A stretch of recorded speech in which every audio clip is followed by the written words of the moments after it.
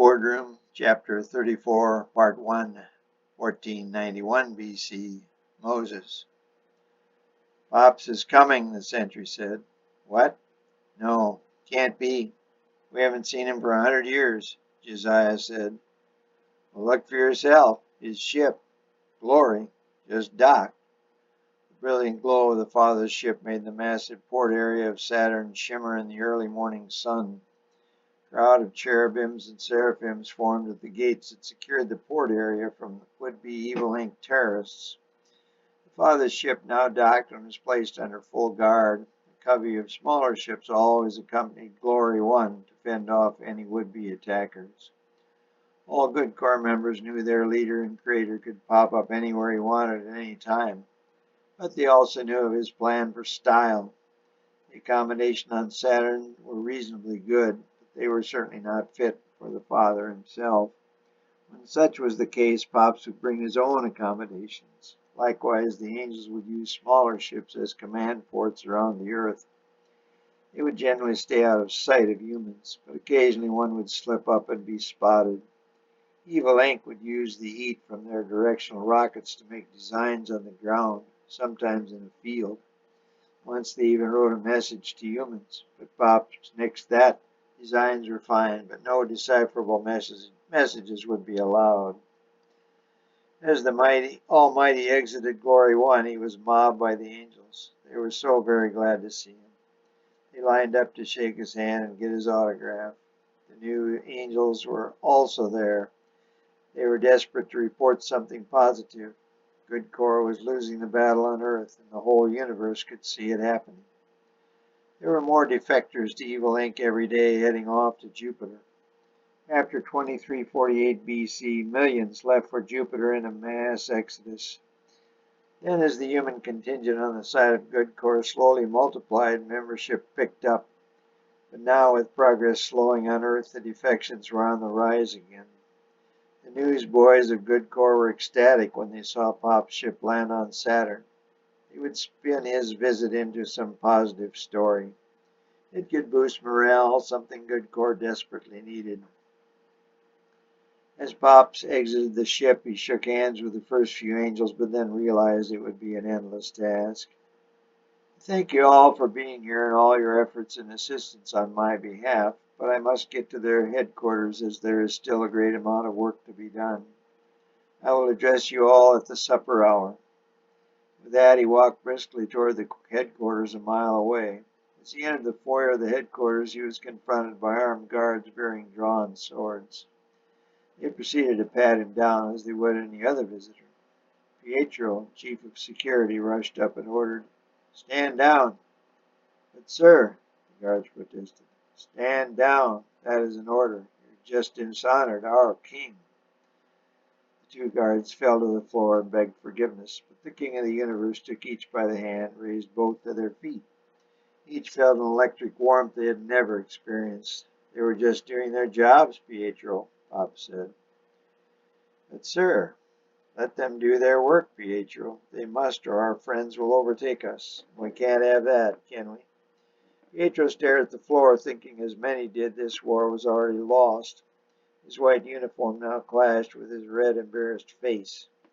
Pops read his mind and squeezed his hand. "Smile, Pietro. We will win this war. But it will be a lot tougher unless you change your attitude." Peter gave Pops a weak smile. It was all he could muster. "Where's the boardroom?" Pops asked. Peter pointed. Pops and his entourage of 12 guards walked through the massive foyer and down the long hall and into the massive set of brass doors. On them were carved depictions of events that had taken place since the Battle of Heaven had taken place. It was a work in progress. The sentries opened the two massive doors and Pop strode into the room. Gabe and several of the others in the room rushed up to Pops and bowed. "Stand up, gentlemen. It's great to see you all, but we got work to do." The angel stood, and Gabe took Pops by the hand and led him over the table. Pop sat and stared up at the huge map on the wall. He stroked his close-cropped white beard as he stared upward. "What brings you to our fair planet, sir?" Gabe said. "I was getting lonesome," Pop said. Gabe and the others laughed. "Is Junior here, or Spirit?" No, no, they're busy. Just me and old Samson here. He shook the mane of a massive golden lion that was his constant companion. This lion was his pet ever since 4004 BC, when he created the world that he was now staring at and was in shambles. What a mess, he said under his breath, but all in the room heard it. Sir, Gabriel said. I said, it looks worse than when I was here last. Well, we've gotten a few things, made some inroads in the Americas and Northern Europe. Few civilizations are holding good. Few civilizations won't get it done, will they, Gabe? No, they won't, sir, Gabe answered as he stared at the floor. So how's this little band doing down in, what's the name again? Egypt, sir. Yes, Egypt. Well, we're having a hard time getting anyone to organize. Moses has argued Israel's cause time and time again with the current Pharaoh. But he won't budge. He doesn't want to lose the workforce of 1 million people. He's got big plans for more pyramids, more palaces, more lavish burial grounds, sir. Pop shook his head. I just can't understand these pharaohs. They are afraid of death, yet they build lavish tombs, place their mummified bodies in them, and then think we'll take them up to heaven with open arms. This despite the fact they fleece their own economy, murder thousands, and enslave millions of people who do care about me. Well, at least some of them do. About that, sir, many are wavering and don't want to head out into the unknown. They enjoy the security of Egypt. Security? His raised voice shook the room violently. Well, you know how the human mind wanders, Gabe finally offered. Unfortunately, I do. I created their minds. Yes, sir. There are so few willing to take an opportunity. Why is that? Can't say, sir. Sorry, Gabe. Proceed. I think if some type of intervention is not taken, well, they will probably never leave the security of Egypt. I'm afraid so, sir. Gabe stared at the ground. I've got my best operatives there, sir, but Pops gave a big sigh. Papers scattered all over the room. But they are no match for the human mind. Gabe continued to stare at the floor. If I may be so bold, Marissa interjected. She was a stunning dark-haired beauty who had fought gallantly in the Battle of Heaven. She'd gained enough respect to have gained access to the boardroom. Her pink suit with black and pink polka-dot blouse offset her black hair done in the French braid. How are you, my dear? Pop said, straightening his black and gold print tie, which augmented his black suit, which had a faint yellow vertical stripes. Out of the spotlight briefly, Gabe put his own cream jacket back over his white shirt and dark green and white striped tie. Sir, I think they need nudging. Pop stared at her twinkling green eyes. He was again amazed that he could create something so beautiful.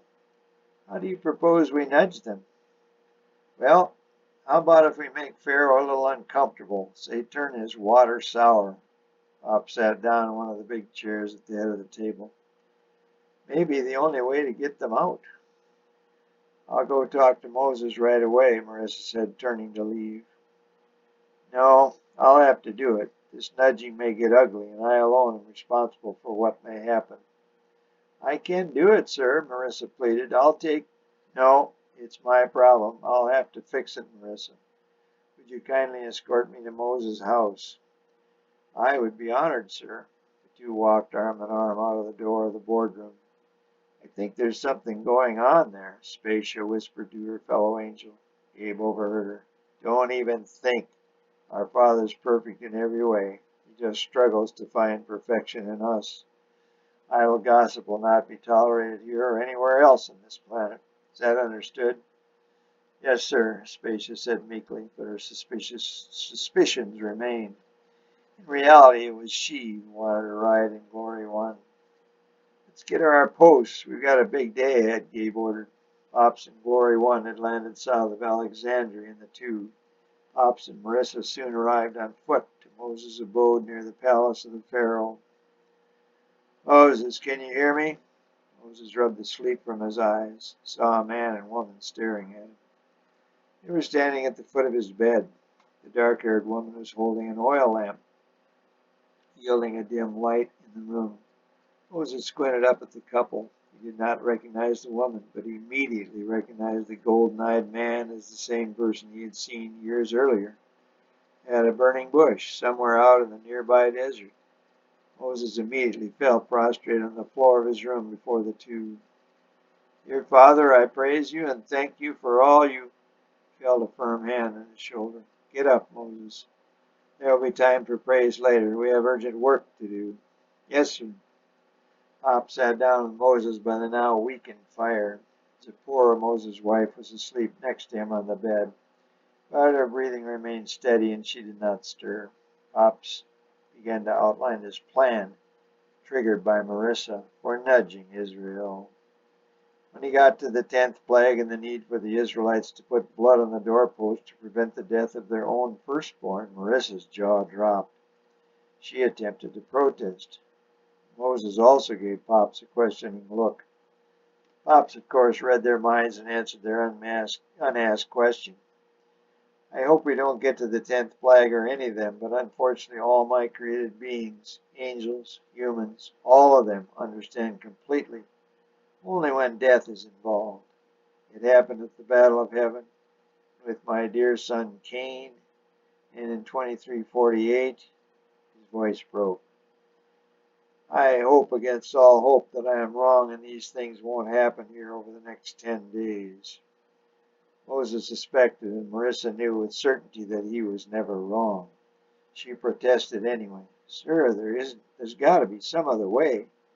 To kill all those innocent children, it's just not fair. My dearest Marissa, it is the best I can do. Loss of life, tragic as it is the only way to preserve any life at all. The two thought they saw tears welling in Pop's golden eyes, but said nothing. You understand what is to be done, Moses? Yes, sir. I will do exactly as you've ordered.